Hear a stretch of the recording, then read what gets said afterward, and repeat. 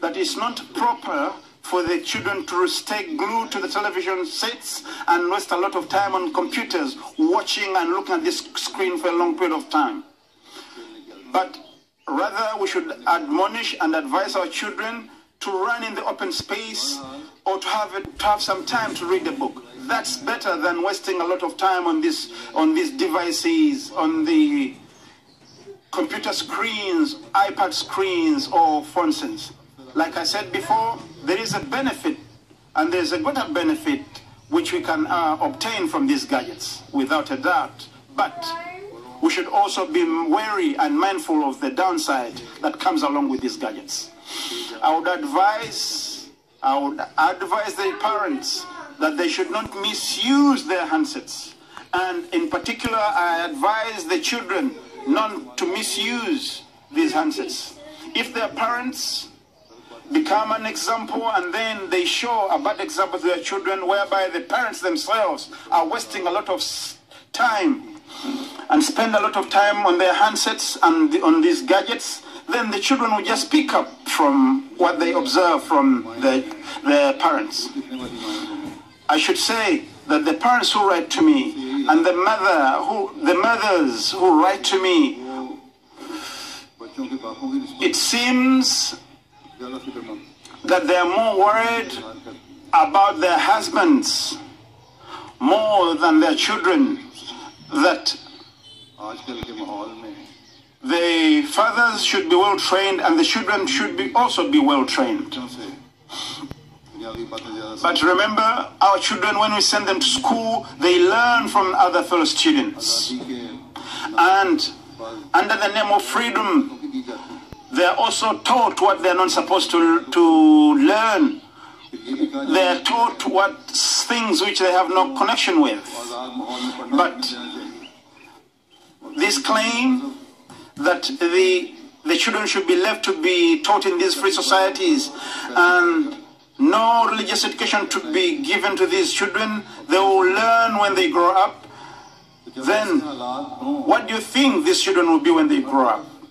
If this is the condition where we are in an open society, where the flow is towards worldly affairs, in such conditions, our future generations can only be saved, and this is a challenge to save our children, which can only be done through religious and spiritual education to our children.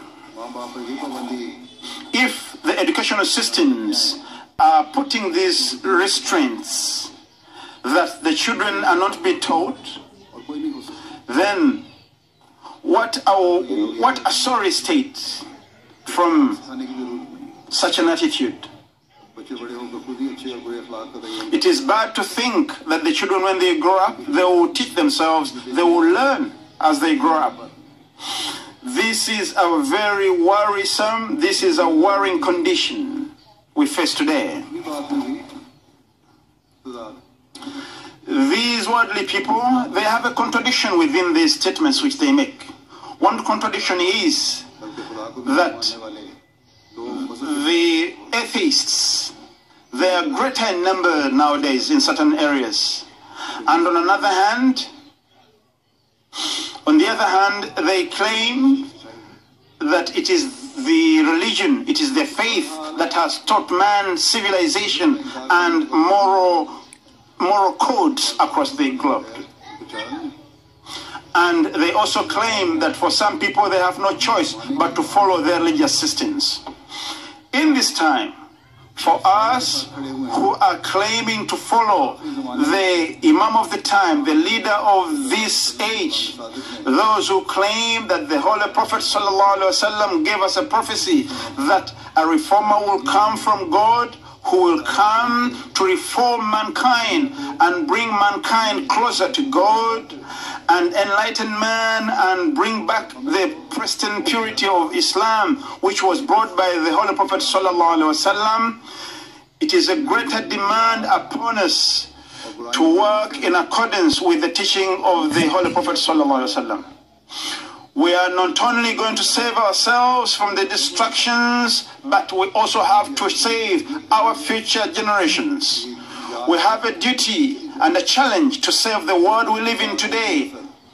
And it should be that every generation that follows us should benefit from the teachings which were left, which we inherited from our forefathers.